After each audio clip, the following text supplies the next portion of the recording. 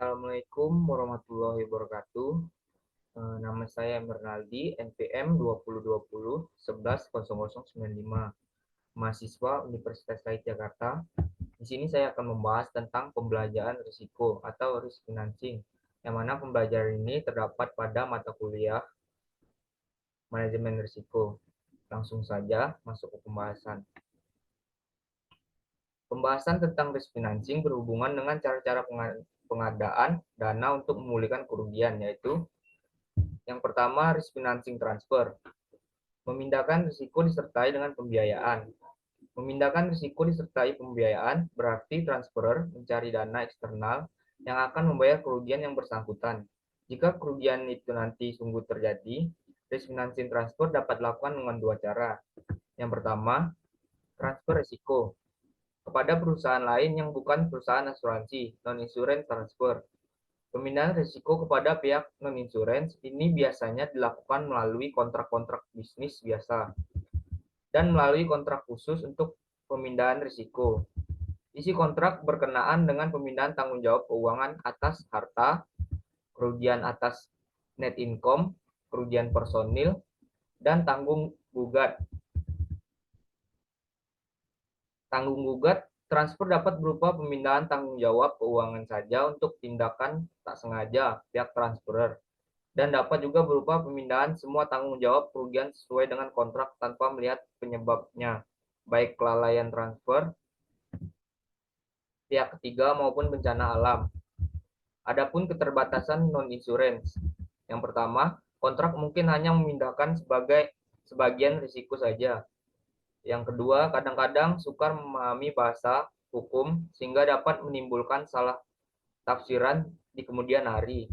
Yang ketiga, surat kontrak bisa dibatalkan oleh pengadilan jika isinya bertentangan dengan undang-undang dan peraturan-peraturan pemerintah. Contoh non-insurance risk financing transfer.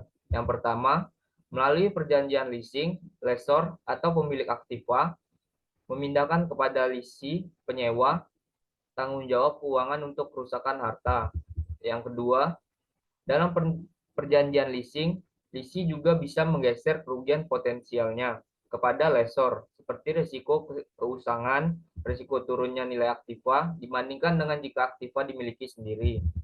Yang ketiga, pemindahan risiko juga terjadi pada kontrak pengiriman barang, kontrak penyimpanan barang, kontrak pembuatan suatu bangunan. Dan yang keempat, surety bond. Dalam kontrak surety bond ada tiga pihak yang terlibat, yaitu surety, penjamin, pihak oblige yang dijamin, dan pihak kontraktor, prinsipal. Jika prinsipal tidak memenuhi kewajiban, maka surety akan membayar kerugian pihak oblige. Dan yang kelima, neutralization. Neutralization merupakan proses penyimbangan change kerugian atau change keuntungan. Neutralization yang paling populer adalah hedging, dilaksanakan bersamaan dengan kontrak penjualan, di mana penjualan melakukan kontrak pembelian dengan pihak lain untuk barang sama jenisnya. Dengan demikian, dapat ditutup risiko kenaikan harga, risiko putusnya persediaan, dan sebagainya. Yang kedua, insurance transfer. Insurance transfer merupakan pemindahan risiko pada perusahaan asuransi. Asuransi adalah salah satu cara dalam menghadapi risiko dengan mentransfer risiko ke perusahaan asuransi dan dengan membayar premi yang jauh lebih kecil atau minim bila dibandingkan dengan risiko kerugian finansial bila terjadi musibah. Asuransi adalah satu pilar utama dalam merencanakan keuangan masa depan. Terdapat tiga aliran pemikiran mengenai asuransi. Aliran pertama, memandang asuransi merupakan hubungan tertanggung dengan penanggung sebagai alat pemindah risiko. Aliran kedua, mengabaikan hubungan ini dan memandang asuransi sebagai teknik atau mekanisme penanggungan. Sedangkan aliran ketiga, menggabungkan kedua aliran sebelumnya. Langsung saja, adapun 5 risiko-risiko yang dapat diasuransikan harus memenuhi syarat-syarat berikut. Yang A, kerugian potensial cukup besar, namun probabilitasnya rendah. Risiko kerugian yang cukup besar merupakan suatu syarat kelayakan ekonomis asuransi. Dan yang kedua, probabilitas dapat diperhitungkan premi asuransi didasarkan atas ramalan tentang masa depan. Sedangkan ramalan itu didasarkan atas taksiran probabilitas. Probabilitas itu sendiri biasanya didasari pada pengalaman masa yang lalu. Yang C, massal dan homogen. Syarat utama bagi suatu perusahaan untuk dapat diasuransikan adalah massal. Artinya, harus ada sejumlah besar unit yang terbuka untuk risiko yang sama.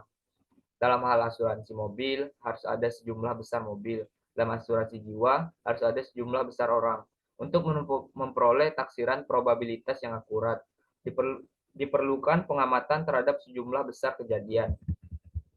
Yang D, kerugian yang terjadi bersifat kebetulan, tertanggung, tidak boleh memiliki kontrol ataupun pengaruh terhadap kejadian yang akan diasuransikan.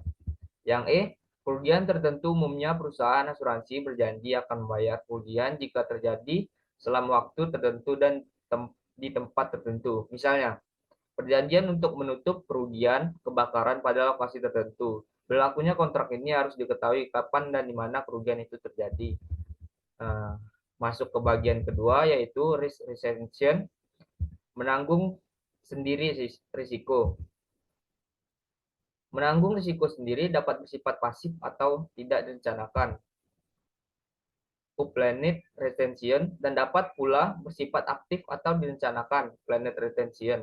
Retention dikatakan pasif atau tidak direncanakan bila manajer risiko tidak memperhatikan tentang adanya exposure sehingga tidak melakukan usaha apapun untuk menanganinya. Dan disebut aktif bila manajer risiko mempertimbangkan metode-metode lain untuk menangani risiko dan kemudian memutuskan secara sadar untuk menangani sendiri risiko tersebut. Alasan perusahaan melakukan retention, yang pertama A, keharusan karena tidak tersedia alternatif lain atau tidak ada perusahaan asuransi yang mau menanggung risiko tersebut. Dan yang selanjutnya B, biaya. Ini menyangkut premi yang terlalu besar. Jika perusahaan memindahkan risiko kepada perusahaan asuransi, maka perusahaan memiliki kewajiban untuk membayar premi yang dikategorikan sebagai berikut. Yang pertama, loss allowance, yaitu perkiraan pihak asuransi tentang kerugian harapan pihak tertanggung. Yang kedua, loading, yang meliputi biaya profit margin dan perkiraan pengeluaran tak terduga. Selanjutnya yang C, kemungkinan kerugian. Retention akan dipilih oleh perusahaan jika kemungkinan kerugian yang dihitung perusahaan asuransi lebih besar daripada yang diperkirakan oleh perusahaan. Di samping perkiraan kerugian harapan, harus pula dipertimbangkan perkiraan penyebaran kerugian harapan. Jika perusahaan menghadapi kerugian yang mungkin tahun berikutnya lebih besar dari yang sanggup ditanggungkan, maka perusahaan harus sanggup membayar premi asuransi lebih besar dari kerugian harapan. Dengan maksud menghilangkan ketidakpastian dalam jangka pendek. Next, yang D, opportunity cost. Opportunity cost mencangkut timing pembayaran premi dibandingkan dengan pengeluaran untuk kerugian. Jika premi akan sama atau lebih kecil dari kerugian dan pengeluaran alternatif, serta jarak dan waktu antara pembayaran premi dan pembayaran kerugian dan pengeluaran alternatif itu akan memberikan keuntungan lebih besar atas hasil investasi dana cadangan untuk pembayaran kerugian itu. Maka, perusahaan mungkin lebih memilih retention.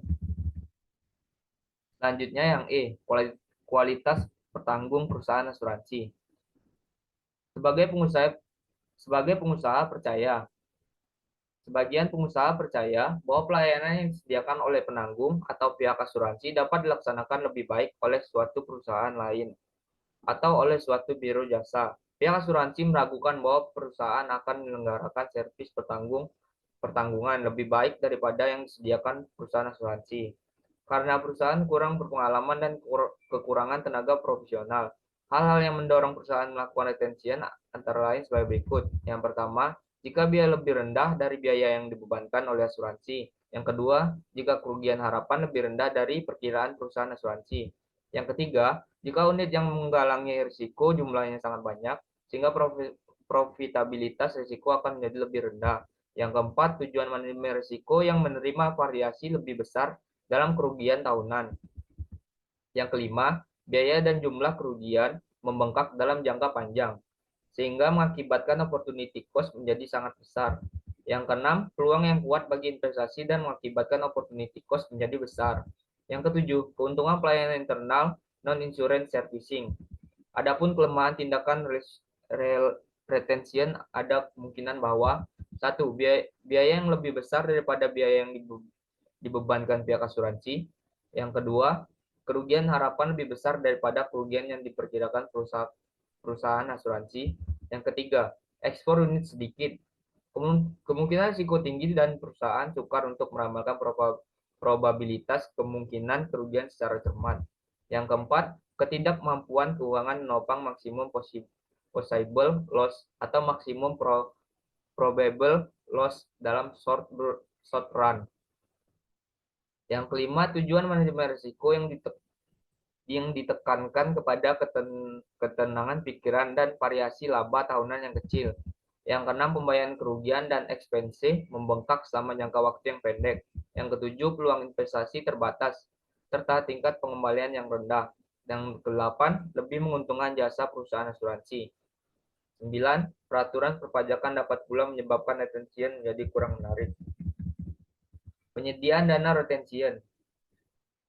Yang pertama, tanpa penyediaan dana. Jika risiko terjadi, maka kerugiannya ditutup dengan dana yang tersedia saat terjadinya kerugian atau dibebankan pada penghasilan tahun yang bersangkutan.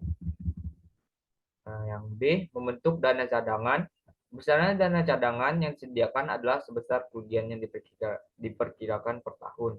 Dengan cara ini, dana untuk menutup risiko dapat diperoleh dari dana cadangan yang setiap tahun dikredit dengan laba yang disisihkan.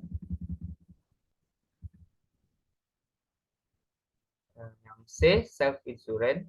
Perusahaan mengumpulkan sendiri premi-premi secara periodik untuk dijadikan cadangan untuk mengganti kerugian-kerugian yang akan terjadi. Dan yang D, ada captive insurance. Untuk perusahaan besar yang punya banyak cabang di berbagai daerah dan luar negeri, dapat juga mendirikan perusahaan asuransi sendiri. Dan nantinya juga dapat membeli premi perlindungan kepada perusahaan asuransi untuk melindungi perusahaan asuransinya itu. Ada perusahaan yang mengorganisasikan sebuah perusahaan asuransi yang sebagai besar nasabahnya adalah orang perusahaan itu sendiri. Asuransi seperti itu disebut captive insure. Keuntungan yang mendorong perusahaan mendirikan captive insure karena captive insure dapat membeli perlindungan dari perusahaan reasuransi yang lebih fleksibel dan tidak begitu banyak pembatasan, sedangkan self insurer tidak dapat memperoleh perlindungan dari reasuransi. Oleh karena itu, perusahaan melalui captive insurance-nya dapat membeli perlindungan untuk risiko yang luar biasa atau untuk risiko yang tidak sanggup ditanggung oleh perusahaan asuransi. Baiklah, mungkin itu saja pembahasan yang saya bahas tentang pembelajaran risiko. Lebih dan kurangnya mohon maaf. Wabillahi taufiq wal hidayah. Wassalamualaikum warahmatullahi wabarakatuh. Terima kasih.